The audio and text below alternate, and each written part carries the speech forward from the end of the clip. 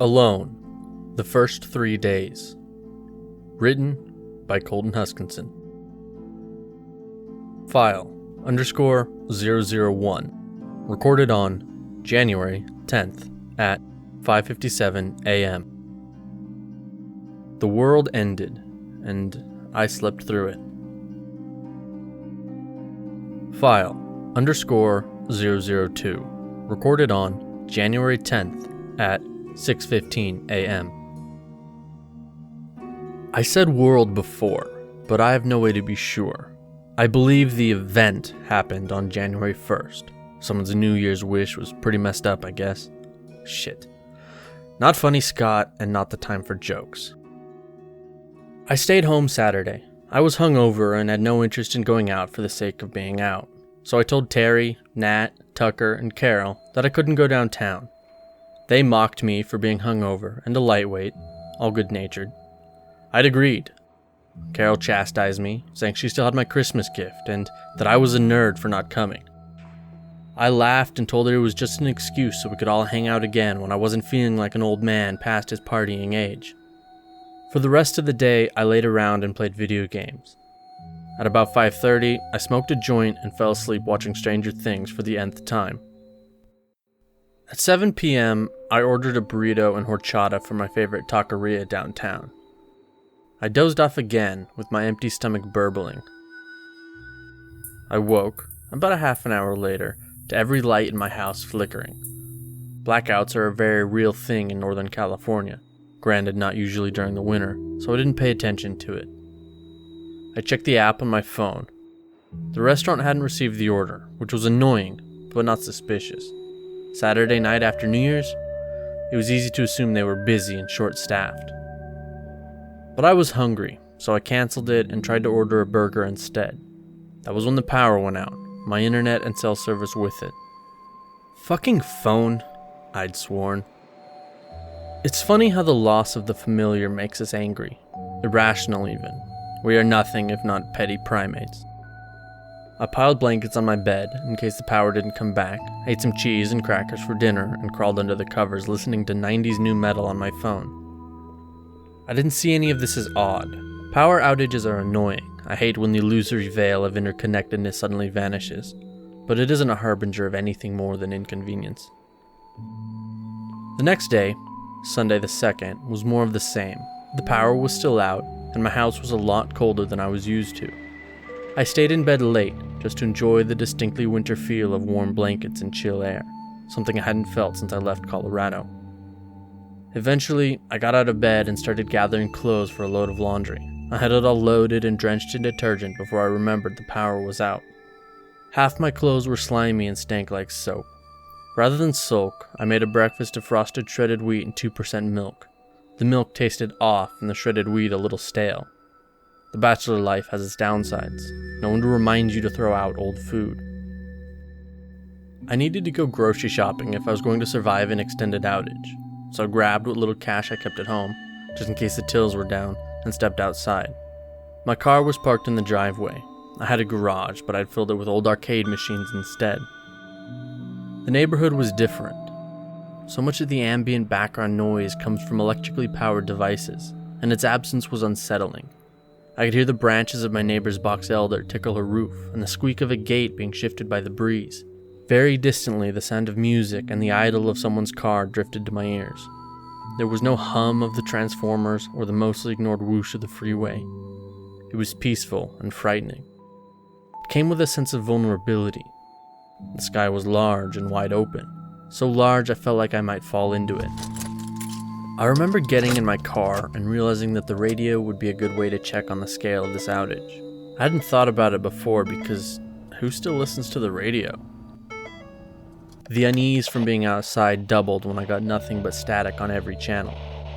For a second, I heard the faintest snatches of sound on an AM station. But the interference was so bad I couldn't make it out. This was the first truly odd thing, because I'd thought the transmission range for AM radio was much further than that of FM. I was pretty sure that AM didn't need line of sight for communication, because the radio waves were large enough they could bounce off the ionosphere, especially at night. So the power outage had to have happened in a radius of at least a couple 100 miles, or I'd be picking up stations from outside my town. Had all of Northern California lost power? Maybe into Oregon and Nevada too? The ignition turned over a couple times before my car started. The neighborhood children used to dash into the street unexpectedly, so I watched the sidewalks in the front of homes as I drive. I've never been an attentive driver, so I take extra care in residential areas. And my neighbor across the street, Meg, had left her door open, and I wondered how she wasn't freezing her kids to death. Unless maybe she had power? Then I was too occupied driving around a car parked at an angle in the street to worry about Meg. What the hell? I'd thought as I passed. What are these idiots doing? The car had rolled into another vehicle, leaving a little dent behind. There was no one in the driver's seat. I wondered if I should stop and make sure everyone was okay. I turned onto Berkeley and saw a handful of other cars parked just as haphazardly. A couple were wrecked, one wrapped around a telephone pole, another turned over in the funeral home's driveway. I rolled down my window to get a better look. My car was cold, the windows foggy. Several were still running, as if their owners had just gotten out, closed the door, and wandered off. I drove slowly, wondering if I was heading towards danger. I half expected a Godzilla-sized monster to step into the skyline, or, more realistically, a group of criminals to hold my car at gunpoint and demand I get out. Whatever happened, I was putting my foot down and driving. No chance in hell I was getting out of my car. Or that's what I told myself with a likely false sense of bravado. First Street was worse than Berkeley.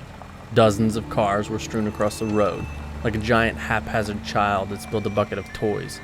Someone's 4x4 was totaled against the pylons by the pumps at the gas station, and another car was up on the lawn of the First Christ Church, the cross knocked nearly on its side. I could smell gasoline and see a column of smoke drifting above the skyline to the east. This slice of Patmos, California was a mess.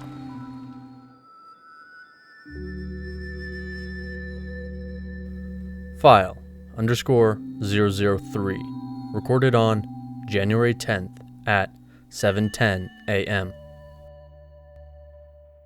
Patmos was a quiet town between Dublin and Walnut Creek, about 15 miles inland from the 680 towards Mount Diablo. It was a picturesque suburban town whose sensibilities were trapped sometime in the late 80s or early 90s. If the American dream were a town, Patmos would have been it, with everything problematic that entails. When there was water, the lawns were green, and the picket fences a nice white contrast. Everyone drove the speed limit and went to bed by 10:30. You mowed your lawn every week and put your trash out on time, because nothing bad ever happened in Patmos. It was the kind of place where upper middle class moms worried about whether their kid was going to Stanford or Berkeley. They claimed to want better for their children, because God knows they were trapped in an abusive, toxic hell. Their dreams dead or dying from the long years of marriage and abandonment. But really, they just yearned for the control they never had. It was the kind of place where the dads worked at the same tech firm in the valley for 20 years, made bank and burned their souls out so completely that only cocaine, alcoholism, and secret affairs kept them going. It was the kind of place where children were ignored by their parents, and no one listened to them when they said who they wanted to be, who they really were. They weren't allowed to go to a no-name art school and become someone unimportant while they chased their dreams, because their dad was a big shot at the firm, and their mom had to impress her father. It was the kind of place that is safe on the street at night, but the kids died by their own hand far too often. It was the kind of place people went to smile and look happy, to own a boat and a 3-car garage, to raise their family with good American values, and to slowly die on the inside. But nothing bad ever happened in Patmos. As I drove north on First Street, I couldn't help but gape at the chaos around me. It wasn't action movie destruction, but it was profound for this boring, nothing city. I saw crashed cars, doors hanging wide, fires, and even an overturned semi-trailer. For the first time, I was afraid. Something very, very bad had happened in Patmos. I couldn't help but frantically check my mirrors and the streets around me. My eyes found shadows and turned them into grim figures, waiting to do me harm. My ears searched for the telltale sounds that would describe order to my mind. Sirens, people, anything remotely normal, and found only silence. The collision warning chirped, and I was thrown forward by the automatic braking. The steering wheel jumped up and took a bite out of my bottom lip. Blood filled my mouth. I'd been so preoccupied by the city, I'd nearly hit an abandoned car. Fuck! I remember screaming, my heart thundering somewhere between a panic attack and terror. I whipped the car around the other vehicle and stomped on the gas. My little 4-cylinder didn't rocket away, but it got me moving again, which helped with the growing trepidation. My mind was full of questions. What if something bad had happened and I'd missed the alarm? Was I supposed to be hiding? Is that what everyone else was doing? I didn't know, and the further I drove, the worse my impending sense of doom grew. The Godzilla creature in my mind's eye loomed over the city. I made it to the grocery store purely on muscle memory. There was only a couple dozen cars in the parking lot, and I found a space close to the front. Deliberately not looking, I grabbed my reusable bags, stepped out, slammed the door, and sprinted across the parking lot. I don't know if I was running away from something or running in fear towards it. Perhaps both. The doors were closed, and the blackness inside swallowed all but a few feet of the floor where the late morning sun shone. Right, I muttered to myself. Right, power's out. I had a vague memory of a class I'd taken when I worked retail, one of those corporate training events everyone suffers through. It had been about our response to off-normal events, like floods and earthquakes. We'd been trained that after a power outage, we had 30 minutes before the store must close to the public, though usually customers were ushered out immediately. The rule was driven by fire safety, but also served to reduce energy consumption. I'd worked at a department store in the mall, not a grocery store, but I figured the policy must be similar. We'd only had about 2 hours of backup generator energy before the building lost power altogether, enough to run some lights and not much else. The power had been out for nearly a full day. Of course there was no one inside. So why were there still cars in the parking lot? I swallowed and leaned in, cupping my hands around my face to get a better look. My eyes scanned the interior, up and down the row of registers and beyond to the darkened alleys of shelves. It was too dim to see much. Part of me hoped to find someone, but a larger part of me panicked at the thought. I needed people, and I was too afraid to find them. A face materialized out of the shadows, pale and ghoulish, with blackened eyes. I screamed and stumbled back, caught my heel on the curb of the cart corral, and fell heavily. My hand went wide, and reusable bags were scattered across the sidewalk. Heart racing, I crawled into the street. Cardboard cutout of the store clerk, wearing a Santa hat, was still watching. File _004, recorded on January 10th at 8:21 a.m. I didn't do any shopping on the 2nd, choosing instead to flee the grocery store. I don't know who or what it was, but I had the sense of eyes on me, and the feeling didn't leave until I got home and locked the doors. It's hard to put a name to the fear, but I was certain I was being hunted. What if all this, the disappearance of everyone in town, was a deliberately orchestrated event, and not a natural disaster, and somehow I'd been missed? The monster threat in my mind shrunk to something smaller and more terrifyingly real. What if a them, or an it, had taken everyone, or forced them into hiding? What if my being out had alerted them and they were hunting me now? It made sense, too. Why wouldn't they, it, come for me, and anyone like me who'd been missed? Of course, it was easy to assign motives to things I had no evidential basis for. I spent the rest of the day hiding. I'd never wanted to own a gun before, but I desperately wished for one then. I avoided windows as much as possible, even going so far as to closing all the blinds and crawling under them when I needed to go from one room to the other. My behavior was bordering on irrational, but my thoughts at the time were, what if they have infrared? And how do I know they aren't looking for me? I ate very little, which was good because I don't keep much in the way of spare food at home. I've always been an eat out or order in kind of guy. Curse of being single with a modicum of disposable income, I suppose. For most of the day, I stayed in my room, trying to convince myself that this was going to end. And, like a good chef whose major seasoning is the degradation of emotional well-being, I sprinkled in a few moments of frantic panic. I wanted to believe the power would come back, that I'd go outside and everything would be normal. The government would roll in and tell me that I was the lucky survivor of this horrible atrocity. I wanted to believe I'd wake up at any moment in a mental hospital and be told I'd had a psychotic break. I didn't, still don't, care which happened. I just wanted it to end. I rose early on the morning of the 3rd, after a restless night of shivering and thinking about what I needed to do. I had to go back out. It wasn't a matter of waiting for the power outage to end. I had to risk it, or, if this went on, I was going to starve. Worse, I had no idea if the water would last. I might just as easily die of dehydration as starvation because of how ill-prepared I was for an event like this. What happens when there's no one treating the water and the pumps stop working? Patmos has a water tower supplied primarily by the San Joaquin Reservoir. But how long does a water tower stay full with no one taking care of it?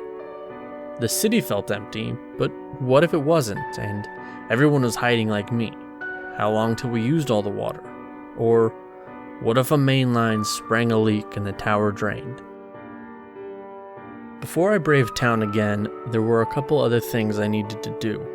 Firstly, I wanted to check on my neighbors, to see if any of them were still home or alive, not disappeared like everyone else. The fires and the wrecked cars told a grim story of Patmos, one that might not bode well for a person alone. It would be safer in a group. Secondly, I wanted a weapon. File _005, recorded on January 10th at 9:02 a.m. Finding a weapon turned out to be easy. I have an old slugger of my dad's and a foot-long machete in a box I'd never opened. It was a Christmas gift from my outdoorsy uncle who never understood why real men don't live on the dirt in the woods. He and my dad are both more rugged and prepared than I.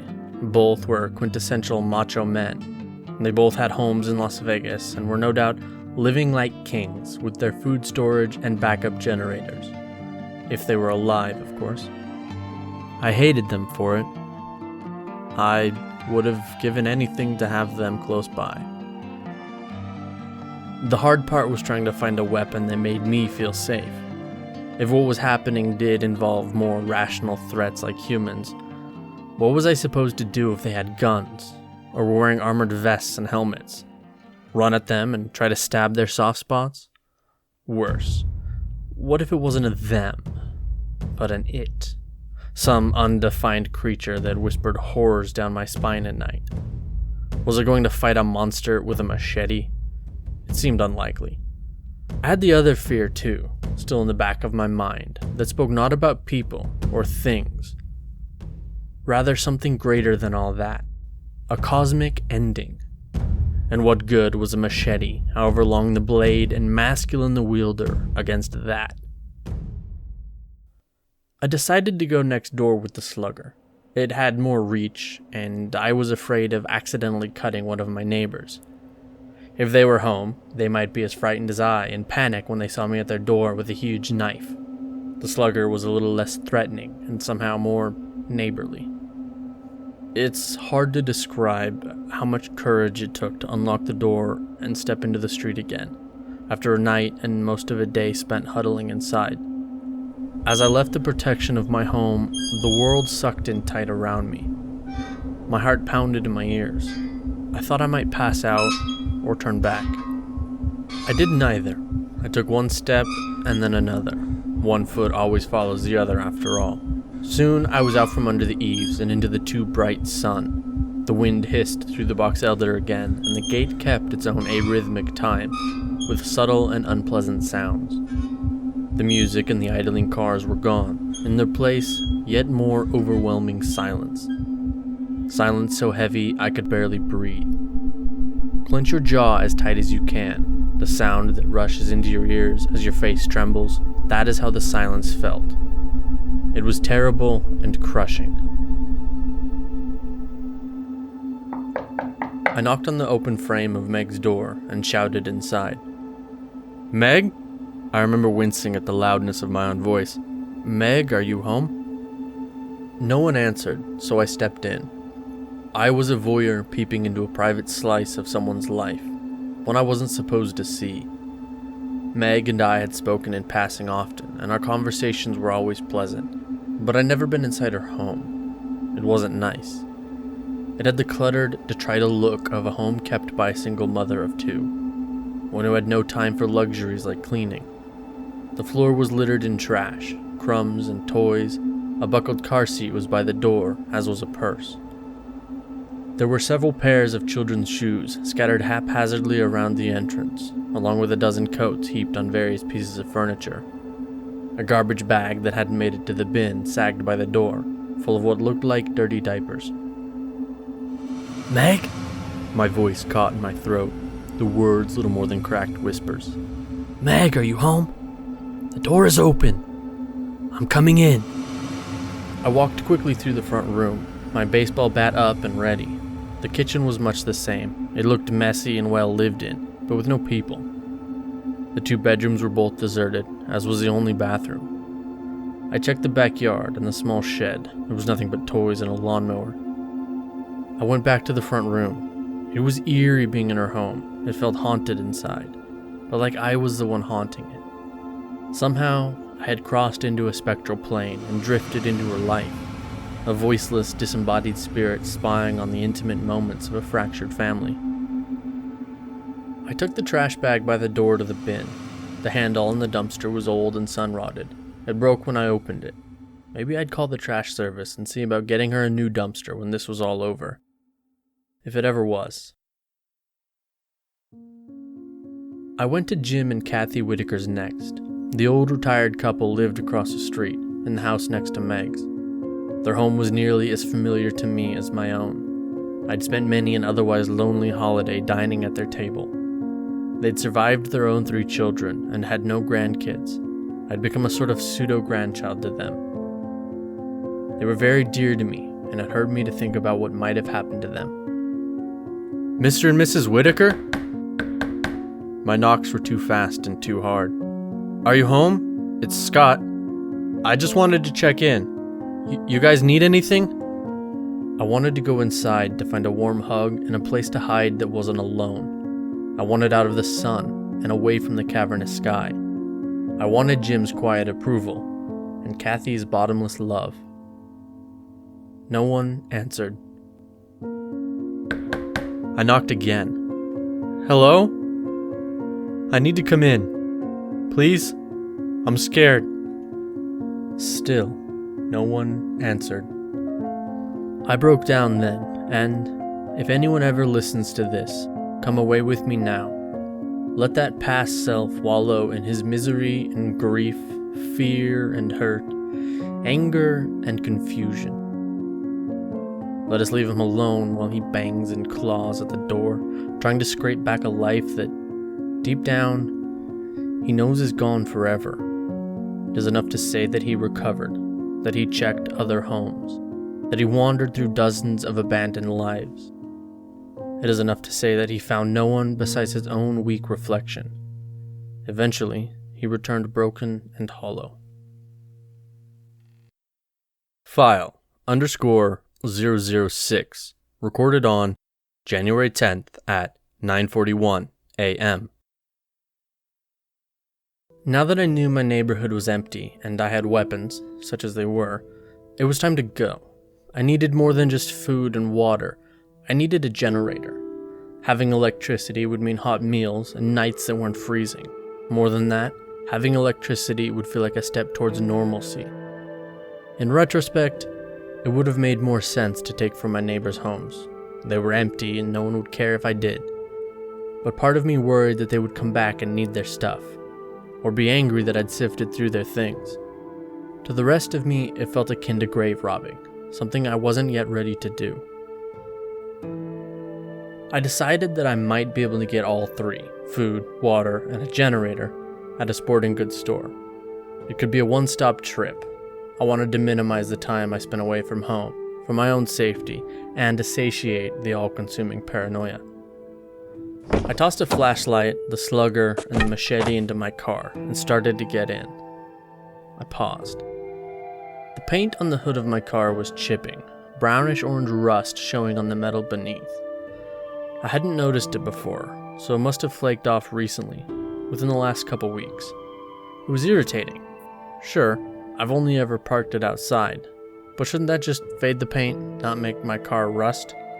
It isn't like Northern California gets a lot of rain, nor is it a place where they salt the roads. It didn't matter, and I let it slide from my mind. Nothing on Berkeley was different, and First Street looked much the same. The fires were gone, burned out I suspect. How many livelihoods had gone up in pillars of greasy smoke while the world stood still? For that matter, how many wrecked cars and broken buildings? I couldn't think about that either.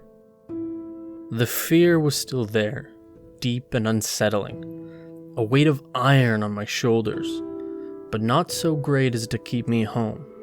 The necessities of survival overcame the nebulous distrust of the situation. And with a supreme effort of will, I crammed the feelings deep inside, as is only healthy, and pretended I was a stone, unfeeling and unmoving. It didn't work, but I kept driving. The sporting goods store was at the north end of First Street, where East Tuckerson turns into West Anderson. The Patmos strip mall had all the usual locations: a shoe store, a place to get wings, bargain clothes, electronics, a bookstore, and a large hardware store. The sporting goods outlet faced east and sat between the hardware store and the bookstore. I parked in front and stepped out with my weapons and a flashlight gripped white-knuckle tight. There were dozens of vehicles in the parking lot, many clustered around the wing place. No doubt it had been full of friends and family watching the game together Saturday night. I wondered where Terry, Nat, Tucker, and Carol were right now. Had they been there? Were they caught up in all of this, or hiding like me? I should have thought of them sooner. How incredibly selfish that I hadn't. They were my closest friends, family even. I resolved that after shopping, I would go to them. I needed to know if they were okay. I didn't know what I'd do if they were dead. The store was closed, and without power, the automatic doors didn't open. But I'd planned for this. I took my car keys and threw them as hard as I could at the window beside the door. It took several tries, but eventually the tempered glass exploded in a cloud of dust and 1,000 marble-sized chunks. It was terribly loud. I stepped through the window over the broken glass as softly as I could. Guilt crawled beneath my skin. Would I be in trouble for breaking and entering? I took a cart, tossed the baseball bat into the basket, and laid the machete across the child seat. Then I rested the flashlight over the handle to reduce the added wobble from my trembling hands. With the cart between my body and the rest of the store, I started my trek. I got lucky and found several stacks of bottled water near the registers. I made 2 trips from the store to my car until my trunk was full. Then I went back in to find a generator and food. I found a little electric stove on one aisle, which I took, and a whole row of dehydrated camping meals. I reloaded the cart and went to my car. I crammed the packages around the water and then filled up the back seat. There was enough food to last me for a long time. I shuddered to think what the dollar value of all this would be. How would I pay for it if I was ever made to? Each trip was easier, the fear a little less consuming. With the physical effort of loading the car and hauling the water, it became sort of routine. It was still one of the most terrifying things I've ever done. Generators were on an aisle near the back, just past a row of stand-up safes and a camouflage pontoon boat. It was heavy enough that I almost couldn't get it into the cart, but I managed. The box canted at an odd angle. I was done. I just needed to leave. I'd survived this horrible place. Except they sold firearms, and I couldn't help thinking how much a gun would calm my mind. So I made a detour towards the north wall and the gun counter. I'm not a gun owner, but I grew up in Colorado and did my share of dates at the gun range as a teenager. I know the basics of firearms and firearm safety. I'm not a marksman, not by any stretch, but I hoped it would never come to that. I wanted to find a 40 cal or a 9mm, the two handguns I had the most experience with, and then I'd snag several boxes of bullets and leave. The dead heads of animals glared down from the wall above, their faces lit from below by the flashlight leered sardonically. It was like they were accusing me of escaping judgment. "You shouldn't be here," they said. "You should be dead like the rest of them." I felt the stale air stir around me as I approached, a soft and cold breeze from outside. I could hear the wind moaning through the broken window. My footsteps sounded hollow on the tiles. I flung my keys at the glass of the display. It shattered like the door had, and I reached in, grabbing a pistol and my keys. It was black, military-looking, and read 40 cal on the barrel. I racked the slide to make sure that everything was there. I didn't know if they removed pieces from display models. It looked fine. Then I swept several boxes of 40 cal ammunition into the cart. My heart was in my throat as I walked towards the front, but I was excited. This had the feel of an important step. I stared at the gun and thought about having it with me while I slept. I had the sudden and intrusive idea that I should load it, press it against my temple, and end this strange nightmare. Something crunched in the glass by the counter. I froze. I heard it again. I told myself it was just the sound of glass expanding and popping. Crunch. It was nothing. I was alone. Crunch.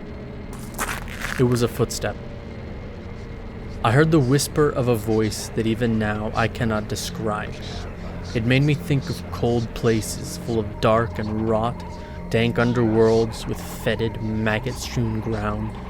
I heard no words, but I heard enough. I threw myself against the cart, pushing as hard as I could.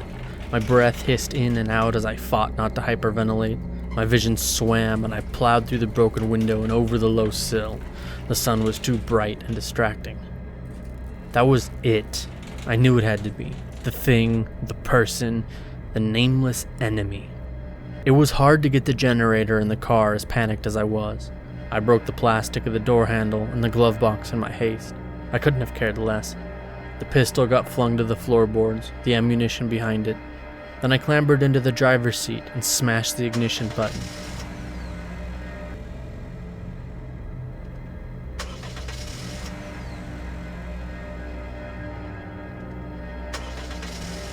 The car turned over once, twice, 4 times before it started, the engine running rough for a moment and then coughing into a steady rhythm. I jammed the car into drive and lurched forward. I looked into my rearview mirror as I left, and I saw something. As I rationalize it much later, I'm prone to think it was real, not imagined.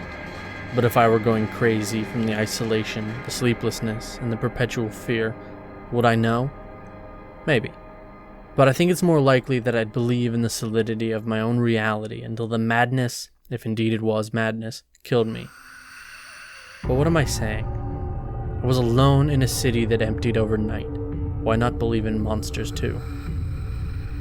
The thing that I saw, or imagined, didn't fully step into the light.